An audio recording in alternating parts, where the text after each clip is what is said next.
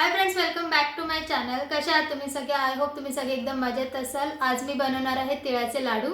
तर चला तर रेसिपीला काय काय साहित्य लागतं ते बघून घेऊया. तिळाचे लाडू बनवण्यासाठी आपल्याला काय काय साहित्य लागतं ते बघून घेऊया. गूळ घेतला 1 वाटी, तीळ घेतलेत 1 वाटीपेक्षा थोडे कमी घेतलेत आणि भाजून घेतलेत. शेंगदाणे घेतलेत, जेवढं तीळ आहे तेवढे शेंगदाणे घेतलेत. त्यानंतर इथे तूप घेतलं आहे, वेलची पावडर आणि थोडंसं पाणी लागणार आहे आपल्याला. चला तर रेसिपीला सुरुवात करूया.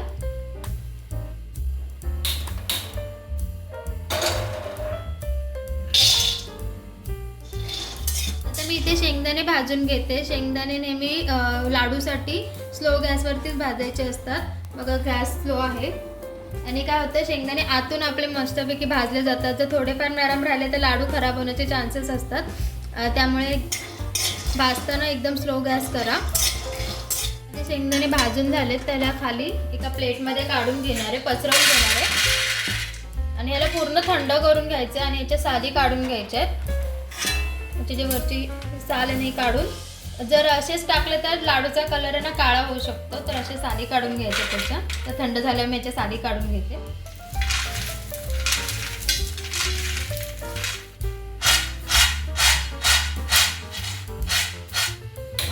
तर मी तीळ जरा भाजून घेते, कारण हे मी आधी आणून ठेवले होते, त्यामुळे खराब होऊ नये म्हणून मी भाजून ठेवले होते.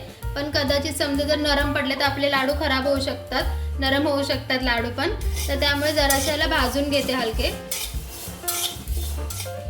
हे बघा तिळाचा आपला आवाज येतो, तडतडतात चांगले. आपले झालेत. हे मी 1-1.5 हफ्ते आधी आणून ठेवलेले, खराब होऊ नये. जसे खोबरं वगैरे कसे खवट होतात आणि खराब होतात ना, त्यामुळे मी आधी जेव्हा आणले होते तेव्हा लगेच थोडे गरम करून ठेवले होते, म्हणजे भाजून ठेवले ते हलके फुलके. आता ते नरम झाले असतील म्हणून जरासे पुन्हा गॅसवरून काढून घेतले. शेंगदाणे आपल्याला जरा जाडसर वाटून घ्यायचे, एकदम बारीक नाही पावडर करायचे.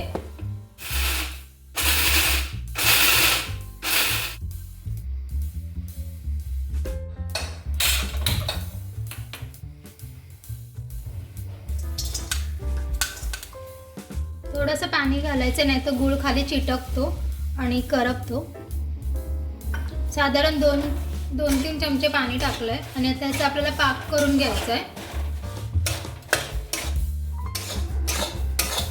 तो गूळ वितळलाय आपला चांगला आणि स्लो गॅसवरतीच करायचं आहे, फास्टवर नाही करायचं आहे, नाही तो गूळ करपतो लगेच. आणि हा जो गूळ घेतलाय तो मी नॉर्मल जो आपण पोळीसाठी वगैरे घेतो तो घेतलाय, चिक्कीचा गूळ नाही घेतलाय, नॉर्मल गूळ घेतलाय साधा आपला. तर आपण एकदा चेक करूया. झालं त्याला 10-15 मिनटं. पाणी घ्यायचं, पाण्यामध्ये सोडायचं आणि बघायचं. त्याचा गोळा होत असेल ना, हे बघा असं जेलीसारखा गोळा होतो याचा. आपला पाक रेडी आहे. तर यामध्ये आपण आता थोडंसं तूप टाकणार आहे.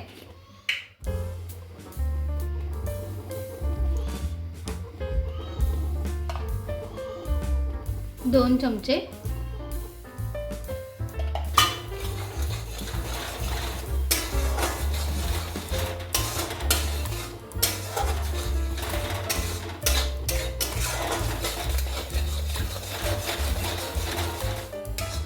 तूप टाकल्याने आपले लाडू ना असे मऊसूद होतात, त्यासाठी तूप टाकायचं. त्याच्यामध्ये मी शेंगदाण्याचं कूट आणि तीळ टाकून घेणार आहे.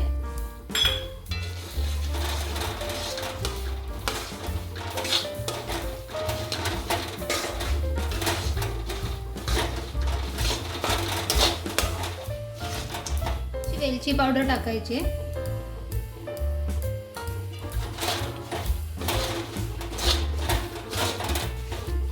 आपला एकजीव झाला. आता ना गॅस बंद करायचा आहे. थोडंसं ह्याला कोमट होऊन द्यायचं आहे, कारण खूप गरम येतं. आता आपण ह्याचे लगेच लाडू नाही वळू शकत, हात भाजतील. तर हलकं कोमट होऊन द्यायचं याला, म्हणजे आपण सहन करू शकतो एवढे. त्यासाठी आपण ह्याच्यामध्ये साधा गूळ टाकलं. चिक्कीचा गूळ टाकला असतं तर हे लगेच कडक व्हायला लागलं असं. साध्या गुळाने कसं थोडंसं आपण आरामात ह्याला आकार देऊ शकतो. तर आता हे थोडंसं थंड करून घेऊया, त्याच्यानंतर आपण ह्याचे लाडू वळूया.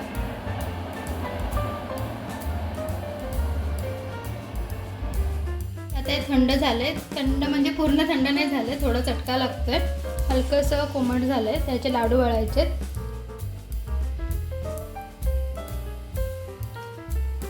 आणि आपण याच्यामध्ये तूप टाकलं होतं ना, त्यामुळे आरामात लाडू वळले जातात. जर तुम्हाला हवं असेल तर तुम्ही थोडंसं तुपाचा हात किंवा पाण्याचा हात लावू शकता, पण शक्यतो तुपाचाच लावा. पाण्याच्याने काय होतं, खराब होण्याची शक्यता असते पुढे जाऊन.